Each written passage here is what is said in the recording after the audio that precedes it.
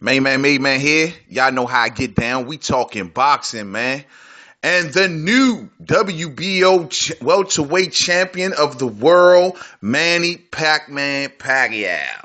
Man, that dude and got the same belt back that he done originally lost to Floyd Mayweather, and he had that WBO welterweight title for quite some time, man. But he gets it back pretty much in one-sided fashion, a fight that if you knew and you seen it, you looked into this thing, non-biased. If not, you'd have seen the writing on the wall. That was stylistically, it's going to be an uphill battle for Jesse Vargas, no matter which way you spent it. But the thing is, man, look, all of this talk about Manny Pacquiao hitting his power is, he's washed up and he's not the old Manny. He's not the old Manny, but he's not a bad man, meaning that he's still good enough to outbox a lot of today's boxers. And with this win over Jesse Vargas, man, no matter how you spin it, this now puts Manny Pacquiao, in my eyes, as the number one welterweight if Floyd Mayweather is truly retired. And that's a hell of a position to be at 37 years old, and everybody claiming that you washed up. Call it whatever you want, but resume-wise, no one at welterweight has what Manny Pacquiao has in Timothy Bradley, as well as now with Jesse Vargas, Chris Algieri. I even throw that in there from today's level of competition that the other welterweights are fighting. You know what I'm saying? So Chris Algieri, Brandon Rios, those are quality names as opposed to what Keith Thurman has been fighting, and as opposed to whoever else. The Earl Spencers and the Sean Porters, all of these fighters have been fighting. No one's been fighting that caliber that what Manny Pacquiao's been fighting. I don't care how you feel about it. And that's why I don't understand when people keep talking about he washed up. How the fuck is he washed up? Because he can't knock out a fighter? Because he ain't had a knockout since Hatton, everybody like to keep throwing out there? Look, man, it don't matter. It don't matter. This man juggles boxing along with every other thing that now, especially with the senatorial duties, which, truth be told, I really don't give a fuck about. But I just talk about Manny Pacquiao for the boxing standpoint. But he does that Senate to be a senator and then also to juggle boxing and to come and beat a young world champion. Man, that's not easy, man. That's not easy at all, Joe. So, you got to give heads off to Manny Pacquiao, Hall of Famer, getting the job done. Jesse Vargas, man, he came in with a game plan too, man, and the game plan was solid. I thought he was doing a real good job at handling Pacquiao, keeping him at distance on the jab, man, timing the overhand right. It was good, man, but it became like one dimensional. You know what I'm saying? Like it became like that's all he was doing. And I was like, well, when is he going to stop the body work? And because Pacquiao clearly looking to get to the inside and try to get to the inside of Jesse Vargas. And he was trying to knock him out early. Hence, this is how we got that knockdown. And, he was trying to knock him out early. And Jesse, and the speed was the X factor in between them two. And I was like, man, shit. Jesse Vargas, man, he fighting early good, but he started to fade as his athleticism started, like his stamina rate started to fade in roughly about the 7th, 8th round. He was fighting with his mouth open. And when that started, man, that's when the game plan that Jesse Vargas tried to do wasn't nearly as effective no more because he wasn't timing it right. Pacquiao's head movement was seeing it coming a mile away. This is a Hall of Fame fighter with too much experience. And you can't just do the same thing over and over again, man, and think it's going to work. Nah. People going into these fights thinking that Pacquiao is washed up, and they keep remembering what Marquez did to him, and oh, maybe I could do the same thing, catch him coming in and boom, put his ass to sleep. Nah, Joe, that shot was fucking took 3-4 fights. What, for Marquez to get down, man? That shit wasn't no like overnight punch. Nah, man. That shit was lucky as fuck. And a lot of you fighters out there ain't got it in you, or if it took a Hall of Fame fighter like Marquez that many fights to get that shot down. And how many of you fighters out there think y'all, come on, man, just gonna get it like that? Get the fuck out of here. So you're gonna have to box Pacquiao. And Jesse Vargas, man, like I said before, his athleticism wouldn't allow him to continuously try to time Manny Pacquiao. Due to his lack of going to the body, Pacquiao was able to stay fast through a lot of portions of the fight, man. Pacquiao makes it so cautionary to come near him. And that's what a lot of people don't understand. When you take a step towards Pacquiao, he fires. And when he fires in those bursts, you know what I'm saying? That left hand is creeping in there on those combinations. And that's what was happening on Vargas. Vargas couldn't get the speed down, and his game plan became repetitive, and his athleticism, as far as his stamina rate, I think that's how it started to die towards the end of the fight. Pacquiao did good to the body. A lot of good shots on the inside. So he started to wear Jesse Vargas down in the second half portion of the fight, man. But good fight for Jesse Vargas, man. He'll be all right, man. I like Jesse Vargas. Him and Dewey Cooper is a good pair. I think Dewey Cooper is a good trainer for Jesse Vargas, man. Jesse Vargas has fought his last couple fights since he's been with Dewey Cooper with heart, man. He's been fighting his heart out. He's been fighting his heart out, man. Him and Dewey Cooper is a good pairing. The power's been there. Clearly, they've developed game plans over time. They need to stay together, no question. But he'll go on to get big fights, man. Jesse Vargas is one of those fighters that Bob Arum can use in his top-ranked stable to maybe even, matchmake with Al Heyman in his stable, because Jesse Vargas is a guy who has relationships, probably, with Al Heyman and fighters over on that side of the track. So, he's a good fighter that you can use in those type of circumstances, man, and make PBC fights or make whatever and make a top rank and Al Heyman bond more stronger, and we get good fights as a result. You know what I mean? So, I don't know. He hangs around welterweight. Don't know who he goes to next. He's been world champion for one fight, and he was basically, he forced Adam Ali for that fight, for that vacant title, and, a lot of people found it suspicious that he got a shot straight after losing to Timothy Bradley, and he gets into a title fight. But hey, that's Bob Arum for you. But whatever the fuck. Manny Pacquiao's big story, man. Floyd Mayweather was at ringside, and clearly it says that, they trying to say Manny Pacquiao invited him there. Bob Arum said he talked to him before, he got there, and he was giving him a heads up that he'll be there.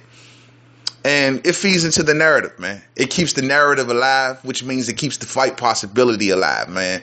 It feeds into the narrative that they want you to be fed into that narrative. I don't want to hear no bullshit about Floyd Mayweather was there to see Jesse Vargas, because Floyd Mayweather was there to see Manny Pacquiao. I can give a fuck about him being there to see some Jesse. No, they had a relationship in the past. They split on. Vargas is with Arum. It is what it is. Floyd Mayweather was there to see Manny Pacquiao and to feed the narrative to the public that I'm still interested in a rematch. And Manny Pacquiao knows this. But I'm shocked, and this is what I'll be understanding with Pacquiao, man. Unless they just know the fight's fucking inevitable. Like, the fight is going to happen no matter what. Why doesn't Manny Pacquiao call out Floyd? He had the opportunity right there. He had it right there, man. And I don't know. Maybe it's business. Maybe they don't want to do things like they did it in the first time around. They want to do it behind the scenes and quietly. But he had the opportunity right there. Floyd ringside, the whole world watching. You on pay-per-view. It's going to be interesting to see what the numbers do. But everybody's watching. Clearly, Stephen A. Smith in the post-fight interview is pressing Manny Pacquiao to talk about Floyd Mayweather or either Terrence Crawford, and he refuses to do that shit. That shit is crazy. He had a beautiful opportunity right there, but that ain't Manny Pacquiao style. That ain't, I guess, what's popular with his Filipino following. You got to understand that how they believe things and how they see things. They don't believe in you just go out there and just call and disrespect your opponent. That's not the Filipino way. They believe in doing things quietly, business-oriented. Let's handle business the right way first, and then we can go out. They don't try. We just go out to do our job, and that's it. That's their way of thinking. I'm sorry, and I don't mean to be stereotyping nobody, but that's Manny Pacquiao. So he didn't call out Floyd, and he didn't call out Terrence Crawford. And some people are going to be like, hey, he ducked or he's scared of Floyd and Terrence Crawford. Get the fuck out of here. Get the fuck out of here. You know what I'm saying? But Floyd Mayweather being at ringside clearly feeds into the narrative, man, and I think Floyd is interested in a rematch. A lot of boxing insiders will already tell you that it's pretty much a done deal, and we just the last ones to know about it. I've heard people say that. A lot was depending on this fight. I'm pretty sure a lot was depending on how the public will perceive how he fought Jesse Vargas and took the title off Jesse Vargas. Floyd Mayweather can just issue a simple statement to the public like that title that Pacquiao just won, that's one of the ones that I gave up, which is technically true. And I think that was arranged in the first fight between Manny Pacquiao and Floyd. Because if Floyd took that title off Manny Pacquiao, he was going to vacate it immediately to keep that title over on HBO. It's business, but whatever. But the fact still remains, man. They keep the narrative alive. Will I pay for it? Absolutely. The size and magnitude of the event, I will watch it again. I don't think it would do things as the first fight did. Of course it won't. A lot more streaming possibilities now, man. A lot of things going on. A lot of people still who got that bad taste left in their mouth from the first fight. I don't know. Maybe Floyd will have to come back and take one fight first before the Pacquiao fight. It'd be even better if Floyd can do that, come back and get a young, hungry lion first like Manny just did, and then turn around and pivot for the Pacquiao fight. Let Pacquiao chill out, do his senatorial duties. He's taken 2 fights since the Mayweather fight. Mayweather took 1 in Andre Berto. So let Mayweather take another fight and then let them get it on. I mean, maybe that'll be a better build-up and get the things a little more hyped up. I could see them thinking in that manner. They'll throw Mayweather a softball, somebody on the PBC side. They'll throw him a softball, let him come back in and say he's been retired, he got to knock rust off, blah, blah, blah, blah, blah. Get him a softball and then get him in there with Pacquiao. I could see that happening. And, of course, we'll be the last ones to know about it. You know what I mean? But still, good fight, man. I enjoyed the card. Let me just say Zhao Shiming, man. Look, Top Rank needs – I understand what they're doing by bringing them up on the Pacquiao undercards, giving these Asian and the Asian following. But, man, they need to get this dude better competition. They need to get this guy – they got him in there with this bullshit title, you know what I'm saying, who he won the world title.